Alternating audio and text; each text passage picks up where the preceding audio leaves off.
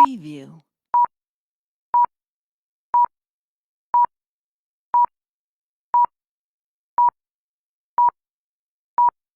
Preview.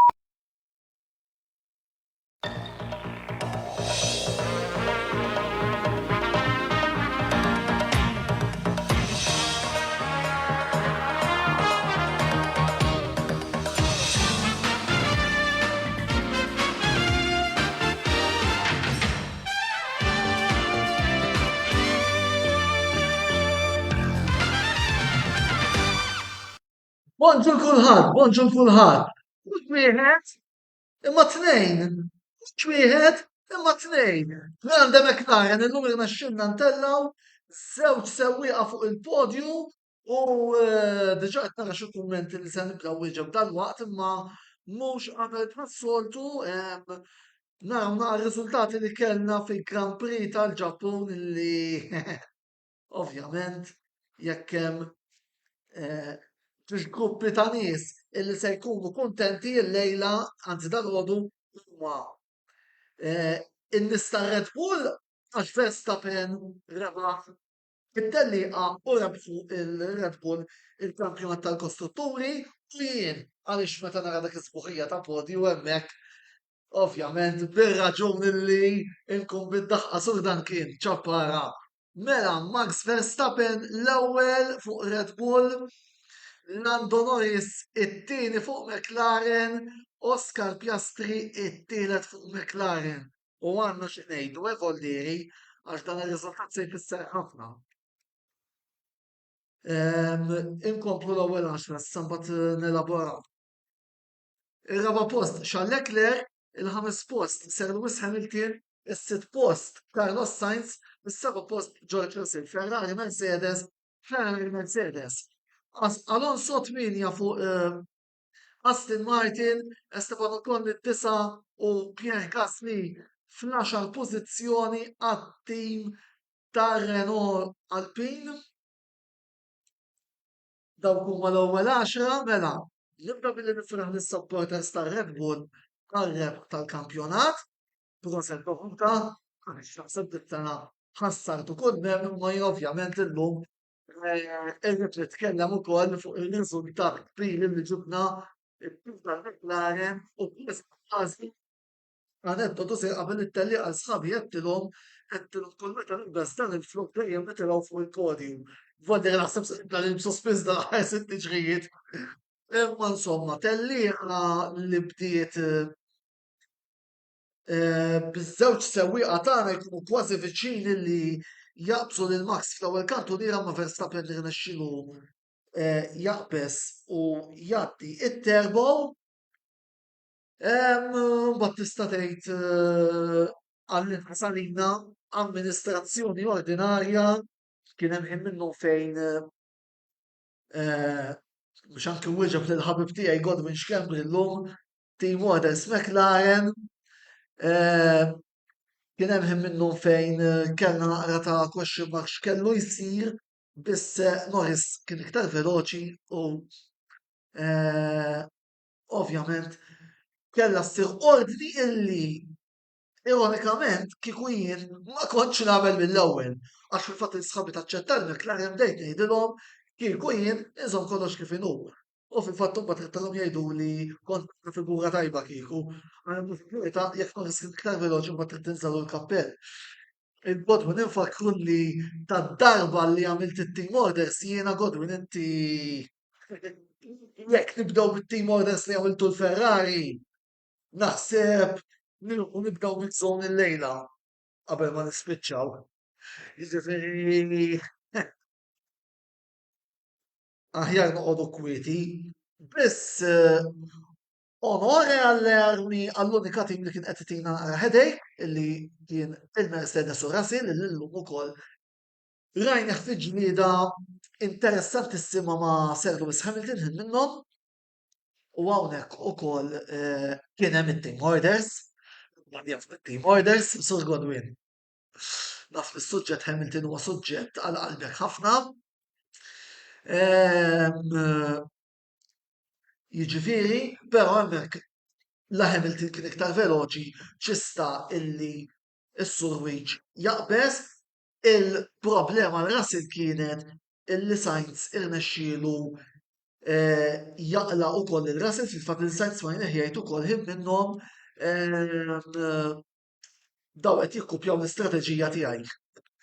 Jiġifieri, u mbagħad prattikament kien hemm xi inċidenti fit-tluq ma li kienu qed jaffettwaw fuq wara ħin minnhom Sergio Perez li kellu ħafna problemi fil-karozza qabel Martira kien qed iżomm il-Lando, God illi ma ffettwax, thank God illi ma ffettwax. Em,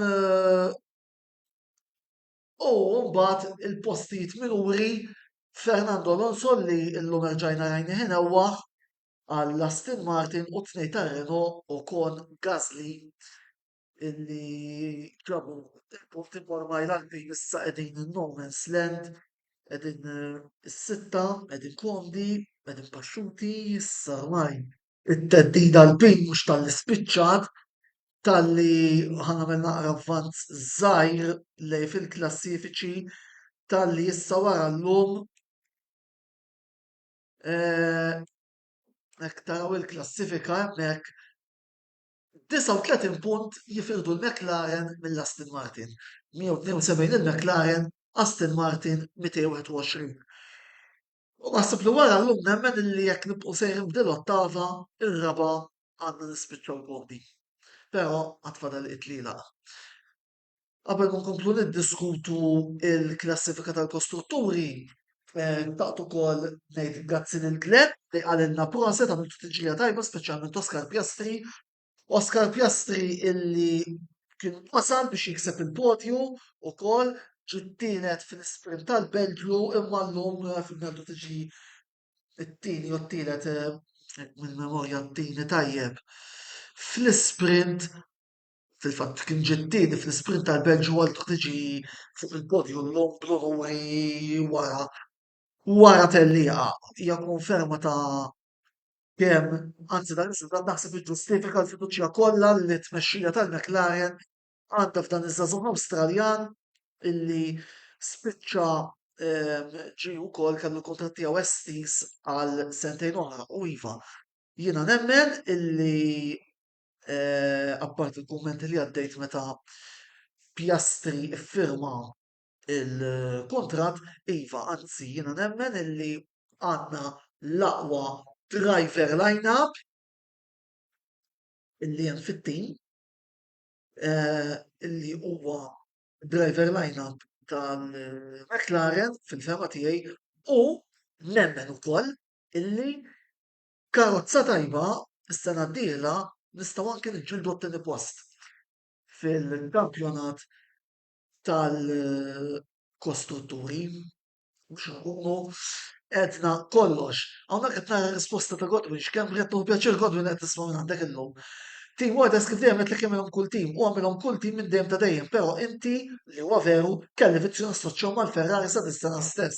Lejn Godwin inti x'għattejt il-verità l-għandu mhux jiġġieled tal-kampjonat, so Piastri kellu jitħalla jiddefendi l-pożizzjoni tiegħu. Seta' wkoll.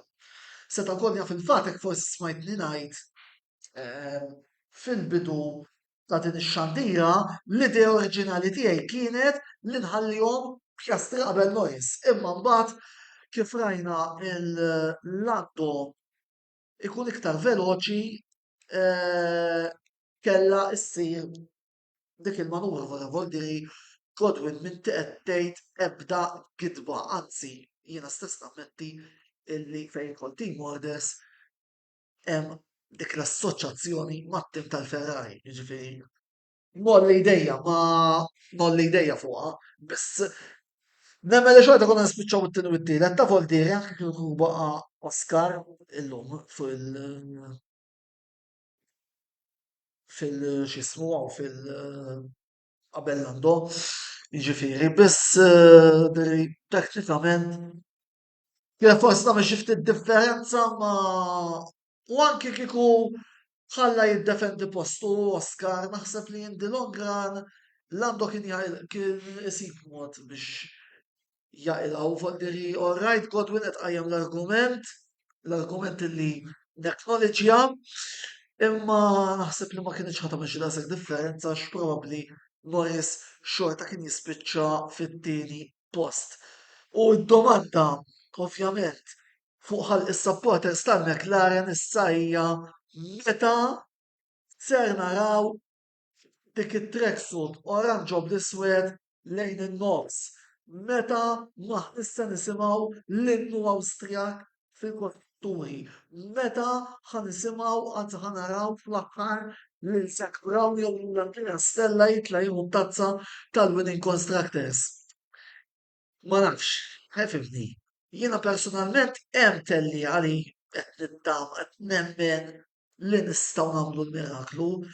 Biss bħalma dejjem ngħidu qudiemna hemm ajruplan u naħseb dal-ajruplan irid jinqalal l-ħsara biex forsi nirbħu nkunu aħna li nirbħu tellieqa biex ikun qedtilkom kollox f'każ ta' rebħa ma nafx kif se toħroġ il-live li kien biex inkun għad kollox bl-akbar sinċerità u bl-akbar onestà.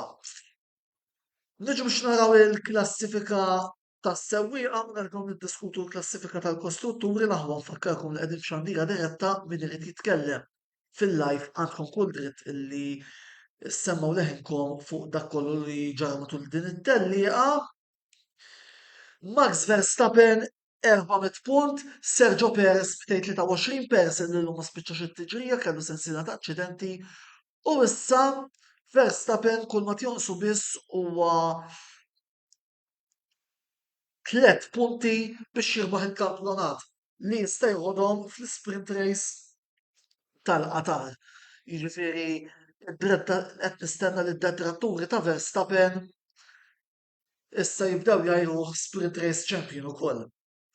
Jiġifieri biss tkun inġusta il għaliex naħseb li dis-sena Verstappen wera iżjed mis-sena l-oħra fair and square illi he's a worthy champion. Sir Lewis Hamilton it-tielet b'190 u għandi domanda s-supporters tal-Mercedes. Taħsbu li Hamilton jirnexxielu jaqbes il-Perez sal-aħħar tal-istaġun? Jien għandi xamma li iva. Fernando Alonso 174, Carlos Sainz 150, Charles Leclerc 135, u mbagħad Norris u Russell b'115. Biss qed taraw il-Lando Norris fil-pożizzjoni numru 7 il għaliex Lando kiseb 4 tieni postijiet Russell għadu ma spiċċax darba t-tieni. Umbat hemm is-sewqa l-oħra Oscar Piastri jitla fil-11 il-post 57 punt li għall-istaġun tad-debut tiegħu naħseb li xorta waħda huwa riżultat kredibbli. Nerġgħu immorru għall-klassifika tal-kostrutturi ir-Red Bull issa huma champions 200 għandhem 622, Mercedes 297, Ferrari 285, Godwin għandi domanda għalik jekk forsi dak qed tissegwina jekk temminx li tistgħu teħdu t-tieni post lura mit-tim tal-Mercedes. Aston Martin 221, McLaren 172, distak ta' 39 punt, kif konna qed ngħidu, Alpine 84, Williams 21, Haas 12, Alfa 10 u Alfa Tauri 5. Folli prattikament il-ġlida qiegħda s-saqqattini u għarraba post. Kif konna qegħdin ngħidu t-tella għal jmissa ser tkun ġewwa l-Qatar fejn Duncan Chappara qed jgħidilna ġim oħra ċelebrazzjoni oħra fil-fatt mhux il-ġimgħa d-dieħla ma l-ġimgħa ta' wara bejn is-6 u 8 ta' Ottubru. Naraw x'ser jiġri għax issa ovvjament l-attenzjoni ħad tkun kollha ffokata fuq il-ġlied bejn it-tieni u r-raba' post tal-kostrutturi.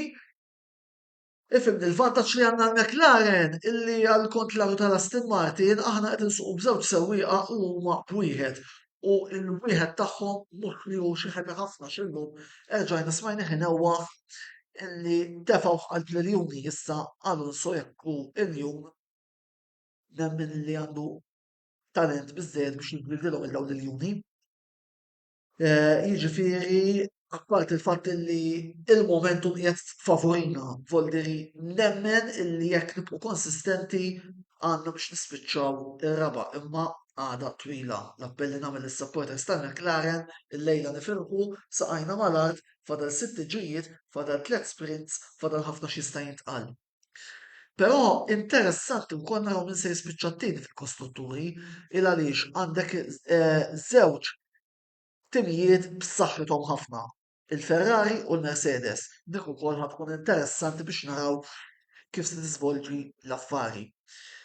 Jiena lissa naħseb li dak li kelli xi ngħid qedtu infakkarkom ukoll għaliex ma tellajniex għal fini ta' kronaka illi Max Verstappen għamel ukoll l-aktar veloċità tellieqa ħin ta' minuta 34.139 tista' tgħid illi Verstappen iddomina tmiem il-ġimgħa u fl-opinjoni f'qira umbli tiegħi kien-leb li għamel il-bieraħ kienet inkredibbli turi kemm verament l-Olandiż għandu ajruplan mertu lill-kbira Adrian Newey. Jiġifieri naħseb li ta' Max ta' risposta lil kull min ħaseb illi Singapore kien il-bidu ta' tmiem għal Red Bull. Nżawlu l-kappell u nirrikonoxxu s-superjorità tal-Olandiż. Mela, jiena min-naħa tiegħi nista' nieqaf hawnhekk għal-lejla għal dalgħodu xogħol. Infakkarkom illi dan il-video daqs nofsijara oħra ikun disponibbli fuq il-YouTube channel tagħna daqstant idħlu hemm, tinsewx tafsu subscribe ħalli ma titilfu pejn il-kontenut kollu illi qegħdin noħorġu. L-appuntament tagħna llejla issa tagħna magħkom issewwa llejla fid-disa l-programm Mix Zone fejn mistennija jidħlu għal dan il-programm Joseph Magri għall-logħba Milan Verona, Marc Kembri għal Sassuolo Juventus u nerġa' nidħol jien din id-darba biex niddiskuti l-logħba Empoli kontra Inter. Mill-bqija grazzi tal-li segwituna dal-għodu, il-ħadd tajb il-kulħadd, nerġa' nfakkarkom. Dal-għodu, mhux wieħed, imma tnejn kellna fuq il-podium Forza McLaren il-tħaw il-lejla.